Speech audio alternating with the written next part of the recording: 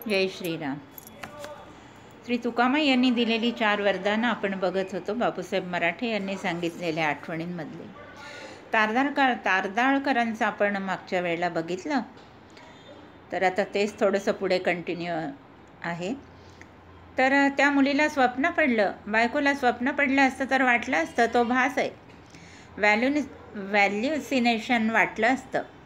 हॅल्युसिनेशन वाटलं असतं. मग मुलीनं येऊन स्वप्नाची हकीकत बाबांना म्हणजे केशवरावांना सांगितली. ते म्हणालेच होते की तिच्या प्रश्नाचं उत्तर उद्या रात्री मिळेल. केशवराव किती मोठे अधिकारी आहेत हेही यात कळलं आपल्याला. मुलगीच मग आईच्या पाठीमागे लागली. तू जर असा अजून शोक करशील तर वडिलांना जास्त यातना होतील. त्यांचं सोनं झालेलं आहे. महाराजांनी त्यांचा अंतकाळ साधलेला आहे. तारदाळकरांनी आणखी काय सांगितलं? तात्यासाहेब खूप वर बसलेले आहेत, पण मी आहे त्यांच्या पायाजवळ. पुढचं सांगतो. आपले तारे आहेत ना, त्यांच्या मातोश्री अत्यवस्थ झाल्या. 3-4 वर्षापूर्वीची गोष्ट आहे. अत्यवस्थ झाल्यावर डॉक्टर उपासनींना आणलं. उपासनींनी स्टेथोस्कोप लावल्याबरोबर आतून श्रीराम जय राम जय जय राम ऐकू आलं. या बाई तर बेशुद्ध अवस्थेत. तसे डॉक्टर म्हणाले, ही कसली बेशुद्धी? ही तर सुरेख शुद्धी. काही काळजी करू नका, सुखात जातील. तसेच घडले. आपण या लेवलला आहोत हे निदान तरी आपल्याला मिळणारच आहे. वरच्या वर्गाची इच्छा म्हणजे ॲम्बिशन धरून करू प्रयत्न, पण हे एवढं तरी मिळणारच. माझी तरी अशी धारणा आहे. माधवराव आपटे रत्नागिरीचे ते महाराजांचे भक्त. त्यांची 2 मुलं मुंबईत चांगल्या हुद्द्यावर. माधवराव रत्नागिरीला वृद्धापकाळामुळे आजारी. ते खूप आजारी झाल्यावर मुलांनी ठरवलं की त्यांची शुश्रूषा करण्यासाठी आळीपाळीनं रत्नागिरीला जाऊन राहायचं. की वडिलांचं आता कठीण आहे, जास्त आहे. त्या मुलांच्या मनात महाराजांनी प्रेरणा दिली की हे आजारी आहेत, यांच्याकडून आता नामस्मरण होणार नाही, तेव्हा आपणच त्यांच्याजवळ बसून त्यांच्या कानाशी सतत नामस्मरण करूया. त्याप्रमाणे ही मुलं त्यांच्याजवळ आळीपाळीनं सतत नामस्मरण करीत होती. एके रात्री असेच नामस्मरण करता करता थोरल्या चिरंजीवांची म्हणजे विष्णुपंतांची तंद्री म्हणजे लय लागली. त्या तंद्रीतच ते मालाडला आले आणि महाराजांना म्हणाले, महाराज, आपल्या वडिलांचे हाल किती वेळ चालणार आहेत? ते अत्यवस्थ होते ना. महाराज म्हणाले, बाळ, उद्या सकाळी 8:30पर्यंत. त्यावेळी विष्णुपंतांनी विचारलं, महाराज, तुम्ही अंतकाळ साधता असं म्हणता, पण आत्ता काही करताना दिसत नाही. वडील तर बेशुद्ध आहेत. महाराज त्यावर म्हणाले, विष्णुपंत, असं काय करता? तुम्ही बरेच अंतकाळ पाहिले आहेत. त्यात आणि यात तुम्हाला काही फरक नाही का वाटत? मग विष्णुपंतांच्या लक्षात आलं की महाराजांनी आपल्याला त्यांच्याजवळ नामस्मरण करण्याची प्रेरणा दिली, म्हणजे महाराज नामरूपानं त्यांच्याजवळ आहेत. महाराजांनी आपल्यामार्फत ही अरेंजमेंट केली आहे. महाराजांनी सांगितल्याप्रमाणे दुसऱ्या दिवशी सकाळी 8:30 वाजता नाडी सुटू लागली. 8:30ला माधवरावांनी इहलोकीची यात्रा संपविली. आता या विष्णुपंतांची सासूरवाडी मुंबईची. माधवराव वारल्याचे कळल्यावर त्यांचे व्याही 10व्या दिवशी तिलांजलीसाठी रत्नागिरीला जायला निघाले. त्यांनी ठरवलं की जाता जाता महाराजांना मालाडला भेटावं आणि मग पुढे रत्नागिरीला जावं. त्याप्रमाणे ते मालाडला आले तर महाराज त्यांना काय म्हणतात, तुमचे जावई मला भेटून गेले परवा रात्री, यांना काही उलगडा होईना.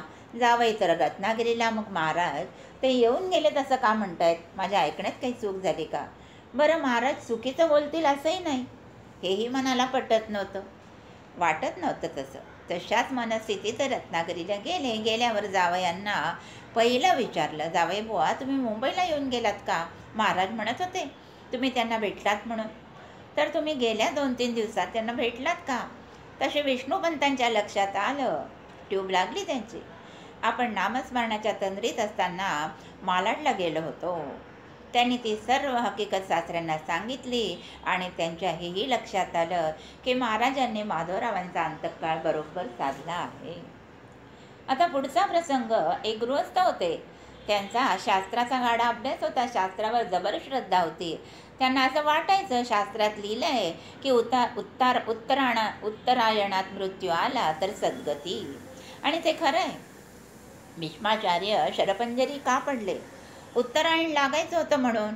उत्तरायण लागल्यावर त्यांनी देह सोडला, तेव्हा ते शरपंजरी पडले, तेव्हा दक्षिणायन होतं.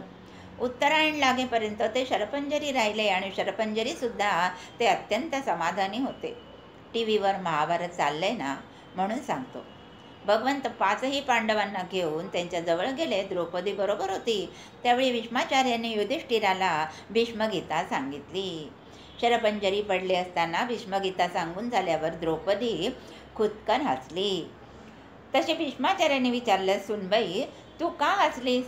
तिने उत्तर दिलं, हे एवढं सगळं पांडित्य माझ्या वस्त्रहरणाच्या वेळी कुठं गेलं होतं? कशी बोच, कशी सल असते बघा. भीष्माचार्य म्हणाले, सुनबाई तू म्हणतेस ते बरोबर आहे. त्यावेळी मी कौरवांना आश्रित होतो.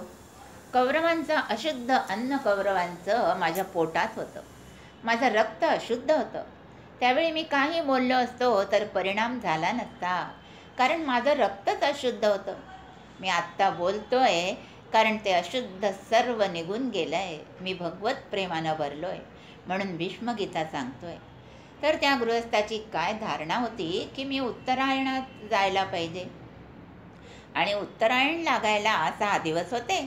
त्यांच्या मुलाने डॉक्टरांना विचारलं तर डॉक्टर म्हणाले, आमच्या शास्त्राप्रमाणे हे जास्तीत जास्त 2 दिवस काढतील. आता काय करावं या विचारानं थोरले चिरंजीव मालाडला आले आणि सांगितलं, अशा अशा पेचात मी आहे. मी माझ्या वडिलांची इच्छापूर्ती करू शकेन का? महाराज म्हणाले, यात काय अवघड आहे. यमदेव नामस्मरणाला भयंकर घाबरतो. नामस्मरणामुळे माझा जो ताबा या जीवावर आहे तो सुटणार असं यमाला वाटतं. या गृहस्थांची शेवटची घडी आली होती. 20-25 नातलग घरात होते. महाराजांनी सांगितलं, असं करा, गेल्यावर उब्बर जपमाळेचा पारा सुरू करा आणि त्यांचा अंतकाळ येईपर्यंत चालू ठेवा. उत्तरायणातला फक्त 5वा दिवस आहे. 5व्या दिवसानंतर गेले तर त्यांच्या इच्छेप्रमाणे उत्तरायणातच जाणार. तेव्हा 5-6 दिवस अखंड पारा पडेल. आपण अखंड माळ जी ठेवतो त्याचा प्रभाव हा आहे बरं का. त्या दृष्टीने तुम्ही अखंड माळ ठेवा. रामराया तुमची इच्छापूर्ती करी. त्याप्रमाणे त्या लोकांनी सप्ताह बसवला. 5 दिवसांनी उत्तरायण लागल्यावर त्यांनी सप्ताह संपवला. पण पुढे 2 दिवसांनी ते गृहस्थ त्यांच्या इच्छेप्रमाणे गेले. पुढे त्यांचे चिरंजीव भेटायला गेल्यावर महाराजांनी विचारलं, रामरायानं तुमची इच्छा पुरवली ना?